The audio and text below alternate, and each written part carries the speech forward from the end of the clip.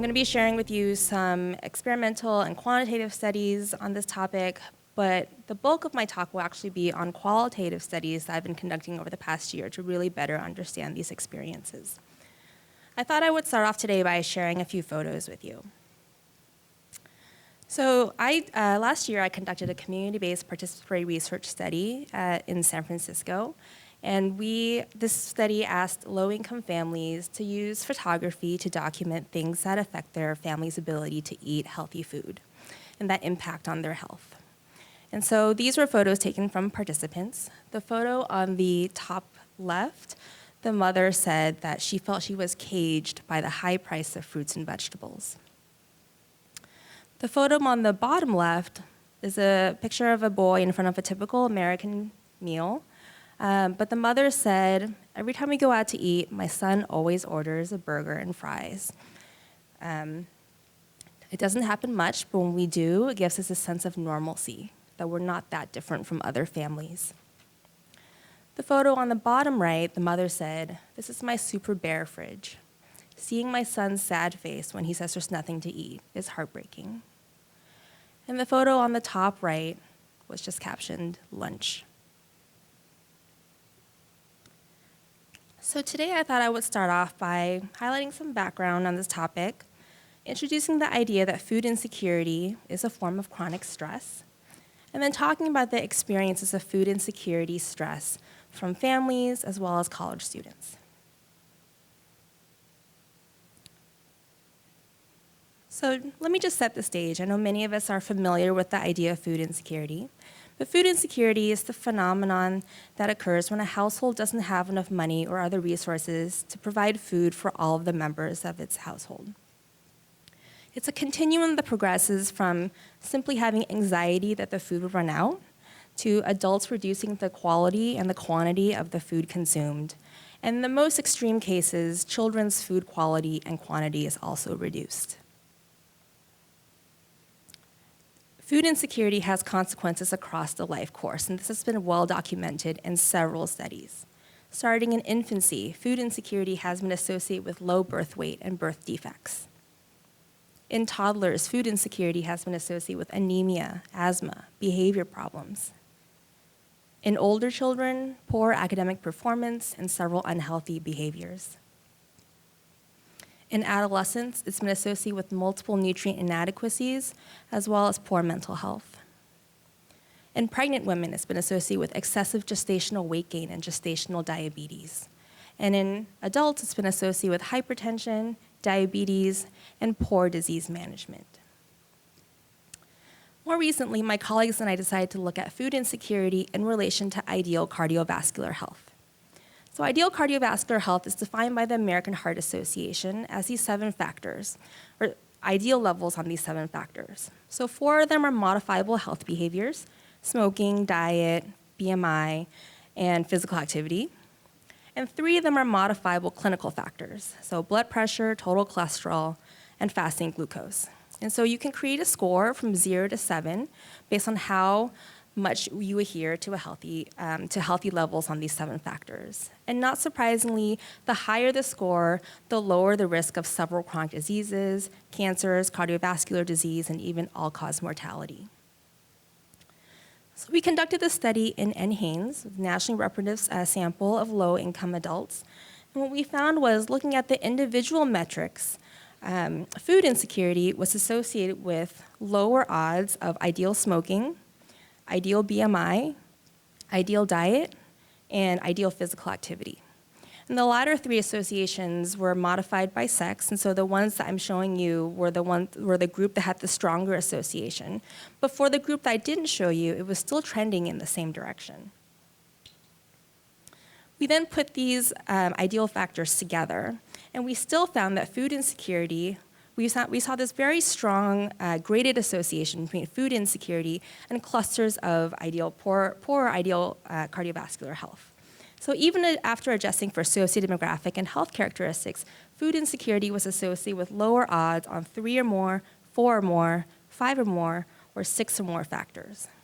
And this is showing that food insecurity doesn't just affect diet. or obesity. Food insecurity affects lots of other health behaviors, and all of these put together increase the risk of chronic disease for this already vulnerable population.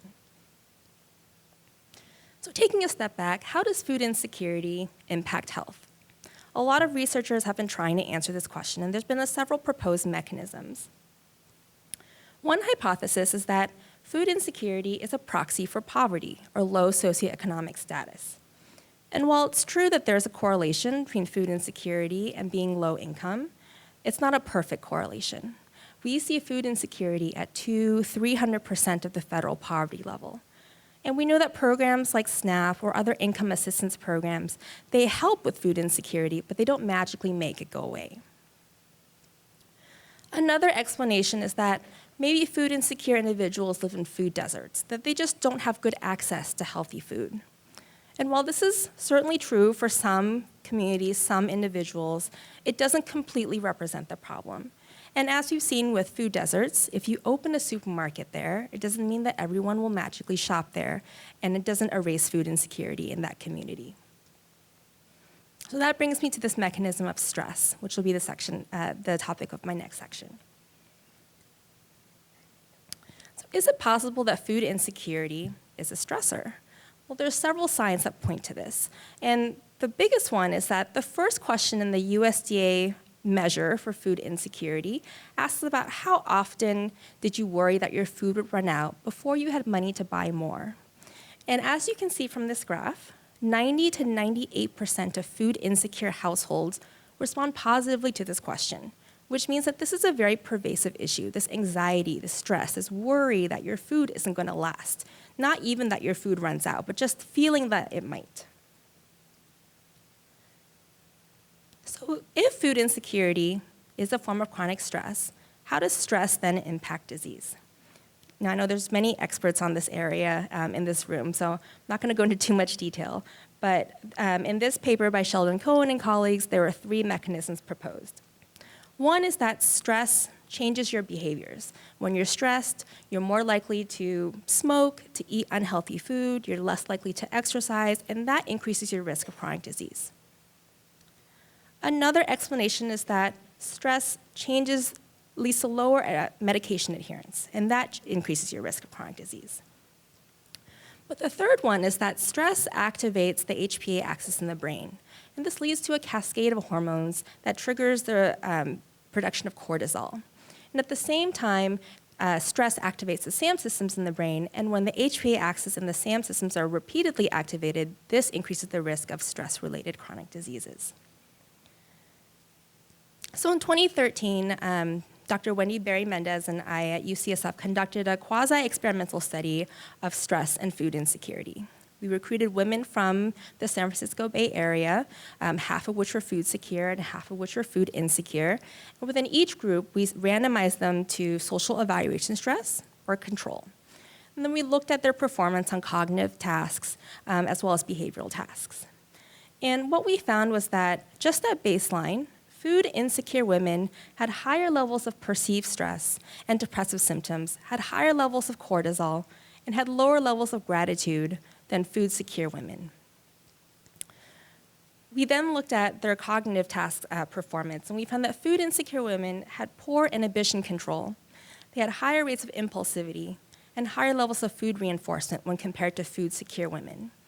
And for the food insecure women, there was actually no effect of the acute stressor, of the social evaluation stress, which suggests that food insecure women are already carrying more on their shoulders. They're already more stressed out when they came into the lab. And perhaps they were so overburdened with this stress that this acute stressor in the lab didn't really have any impact on their performance on these measures. So this led me to my next project, which was really to better understand what is the stress of food insecurity? Are there unique aspects of stress specific to food insecurity that are separate from that of poverty or housing insecurity or economic insecurity or all these other things that are correlated with being food insecure?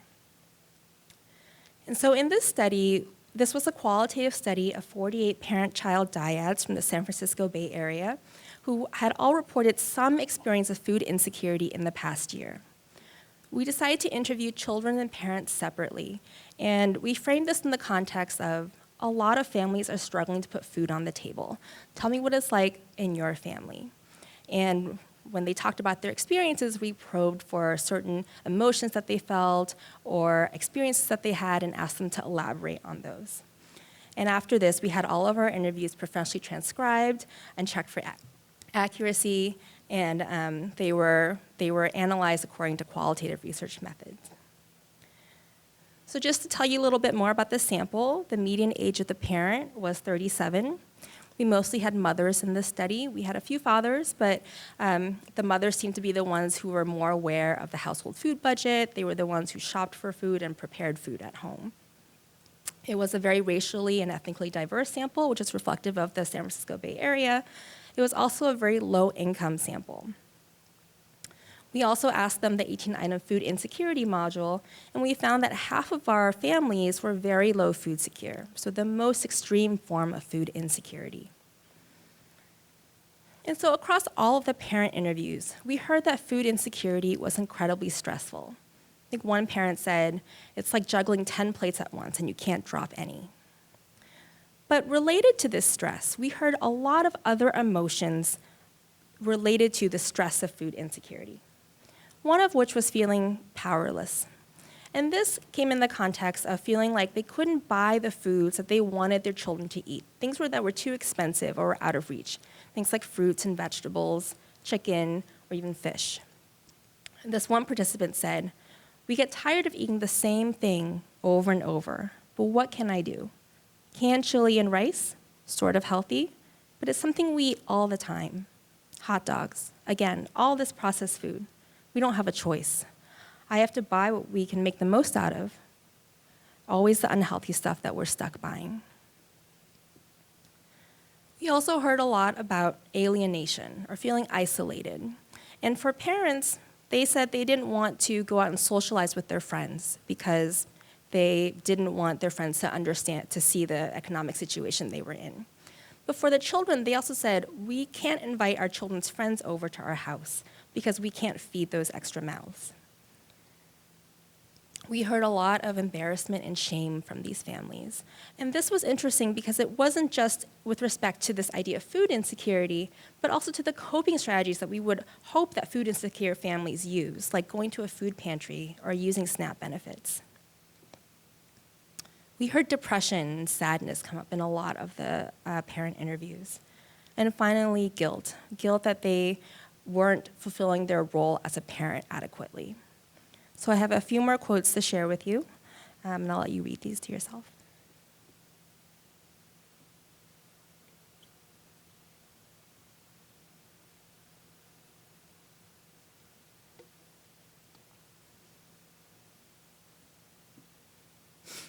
So next we looked at the children's interviews. And we interviewed children because we historically have always thought that children were shielded from food insecurity, that parents should go to whatever lengths that it took to protect their children and to make sure that their children always have enough to eat. But the emerging evidence is showing that children are actually very much aware of what's going on in the household and even have strategies to prevent food insecurity that maybe their parents weren't aware of. And we saw this in our study too. So this was a 7-year-old girl. She said, when my mom doesn't have food or doesn't have money to get food, we would often go to my grandma's or my auntie's house to get some food every week. I feel kind of nervous because we have no food. Children were very much aware of the resources that their parents used to get food. This was a 9-year-old boy, and he said, we get money from my grandmother, my auntie, or we have this program and people donate money. And at the same time that parents expressed their own frustrations with food insecurity, children felt it too, but they also felt empathy for their parents. And so this was a 12-year-old boy, and he said, my mom doesn't have enough money for food. I wish I could have money to help her. So children are aware of food insecurity, but are they impacted the same way psychologically as parents are? And the answer is yes. I'm going to show a few of the emotions that came up from these studies, but there's a lot more that I couldn't fit into this slide. So one was the element of shame. And this came up, and especially when they were comparing themselves to other friends or children in their classrooms. This was a 13-year-old girl, and she said, "One time my friends came over. There wasn't anything in the refrigerator or the pantry. Their parents make money. Their parents have a good education. Their fridge is always full. And they came over, and there was nothing in the fridge." Another theme that came up for the child interviews is that of feeling alienated or feeling isolated from their family. And for the parents, we heard that this, they didn't want to talk to their friends about it. But in the children's case, they didn't want to talk to their parents about it because they felt their parents were already so burdened with things. So this was a 13-year-old boy, and he said, "There's not a lot of people who are going through similar things around here. I don't feel like I can talk to my mom or dad about this because they're probably going through much worse than I am. I consider myself a little bit lonely in this situation." And then finally was this theme of sadness or depression. And we heard this across several of the children's interviews. This was a 13-year-old boy, and he said, "If the food runs out, I get sad a bit, just sad. The kind of sad where you want to try to be happy, but you know that inside you're sad about it." So from these interviews, we heard so many dimensions of psychological distress of food insecurity, not just stress, but all these other elements of shame, of alienation, of sadness, depression, fear, and that led us to think, how pervasive are these experiences? Do these apply to other populations too? And so that led us to our study of college students. And so in 2016, when the GFI report came out that 42% of UC students had experienced food insecurity at some point over the past year, I think many of us, even those who study food insecurity, were shocked that this number was so high. And then the population at UC Berkeley became a natural group to study in terms of how does food insecurity affect their health and their academic performance. And college students are a very unique group. At this stage, they're going through some academic pressures and social pressures for the first time. They're managing their food and their financial resources for the first time. Maybe some colleges don't have a grocery store nearby, and so they don't have good access to healthy food. But more importantly, education contributes to one's upward social mobility. And so if you're food insecure at this critical life stage, how does that then impact your lifelong risk of chronic disease as well as your future economic potential? And for this study, I also want to acknowledge Anthony Mesa, who was an undergraduate student at UC Berkeley who worked tirelessly to collect all of the data that I'm about to show you. So in this study, we interviewed 23 students that had received food at any point from the UC Berkeley food pantry. We conducted in-depth, semi-structured interviews, very similar to the previous study, and using the same methods for qualitative analysis. The average age of the students was 22.5. We had a good mix of men and women in the study, a very racially and ethnically diverse sample, and also, again, a very food insecure sample. Now, although we also collected data on their physical health and their academic performance, I'm going to just highlight some of the findings on mental health today because that's the focus of this talk. So again, from the students, we heard that being food insecure impacted their level of sadness and depression. They felt shame and embarrassment. They felt anger and frustration. But we also heard more prominently some of these other themes that came up that were unique to the college situation. So one was fear. Fear that they would not be able to perform well academically. Fear that they wouldn't be able to participate in a normal social life. Fear of disappointing their parents. And so this undergraduate student said, "I was scared to let my parents know what was going on because I don't want them to worry. They're pretty old now, and if they knew about it, they would work even harder. They have a lot of hope in me because they were new to this country, and I'm the only one going to college. I didn't want to look like a failure to them because I don't have enough to eat here." Another theme that came up that was fairly prominent was this of social isolation. And I think in a college environment, you're expected to meet lots of people, make lots of friends, and participate in these social gatherings to really expand your social network. So this student said, "When you aren't able to afford food, in some cases you have to lie. You have to say, 'Oh no, I've already eaten,' or 'I'm not hungry.' It becomes a situation where if you lie once, twice, maybe 3 times, then you have to keep doing it.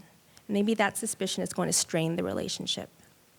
The most terrible thing about food insecurity is that it really prevents one from developing positive and open relationships with people within different socioeconomic statuses. And then the final quote that I'll share with you reflects this jealousy, this bitterness, but also so many of these other dimensions that we heard from food insecurity. And I thought it was a very poignant example of the experience of college students who are going through this.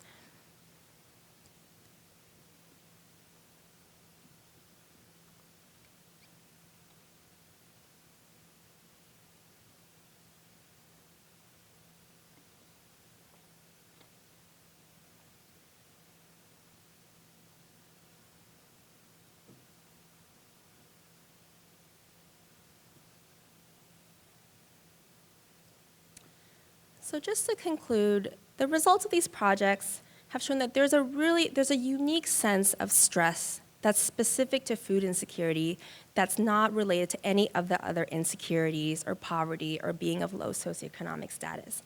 There's common elements that we heard across all of the populations that include fear, anger, isolation, anxiety, powerlessness, depression, and shame.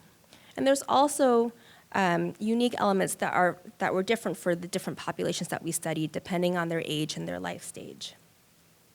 Now, it's been argued that poverty and discrimination and ACEs are a form of toxic stress.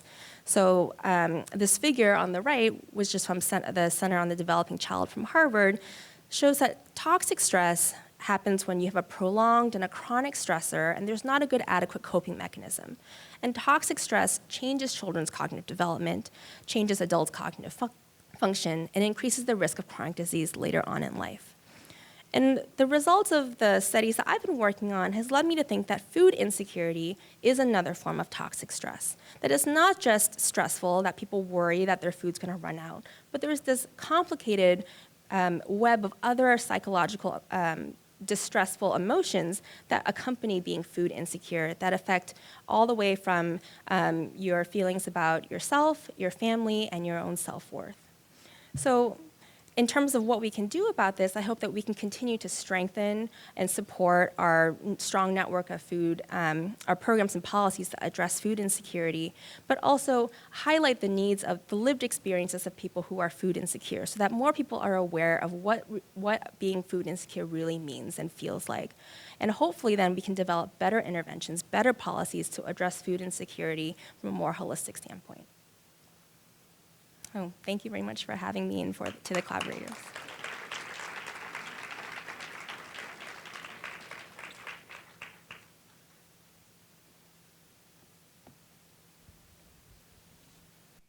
Hi, that was really wonderful talk. I was curious about what's known about the trajectory of children who undergo food insecurity and like disordered eating later in life.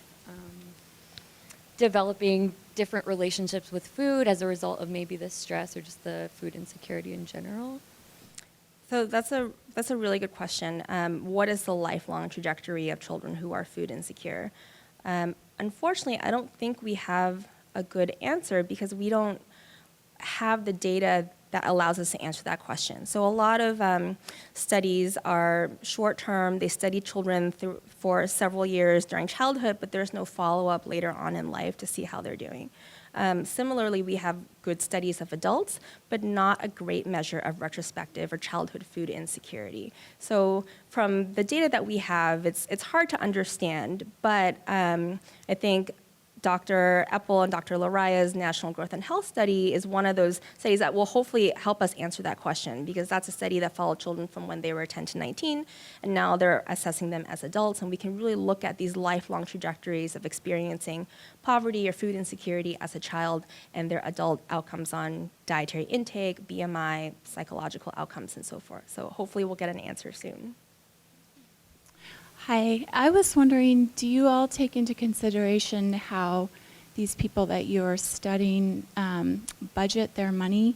Because I've been working with patients that are low income for 10 plus years, and I've always found it really interesting how they have better electronic devices or purses or material things that I actually own. And so I'm just wondering if that's been taken a look at. are they just not budgeting their money correctly, or how can they afford these other material things but they can't afford food? But I've also worked in areas where there's grocery stores with very cheap fruits and vegetables in low-income areas all throughout California, from San Francisco down. And I used to work in the WIC program too, so just something to think about. So the idea of budgeting did come up in a lot of our parent interviews. Actually, one parent really talked about how she overcame food insecurity by learning how to budget her money. But that was sort of a more extreme example. The other families that we talked to, they had really elaborate mechanisms to budget for food. And so they would scour the internet, they would use all of the resources available to try to get the best discounts for food. And they kept all of this information in their head about, which days do I go to which store to buy which foods, because they're the best deals. And one of the parents, I thought, put it really nicely. She said, I think about food every day. It's the first thing I think about when I wake up. What do I feed my kids? How am I going to put food on the table? But for other things like their cable bill or their phone bill or even their rent, that's a once in a month thought. And so I think we need to be aware that food insecure families, they hold a lot in their heads about all of the resources that they have to manage. And sometimes, food insecure families, they feel deprived, their children are deprived of things, and so they want to give their children things that give them a sense of normalcy. We had one family in Berkeley whose children were in a ton of after-school programs and sports classes and gymnastics and all these things, but they would go to the pantry to get food, and the mom said, well, I really want to make sure my kids have a normal childhood, and so we stand in the line to get donations every Tuesday morning, but my children participate in all these activities to help them with a scholarship so that they can at least be with their friends.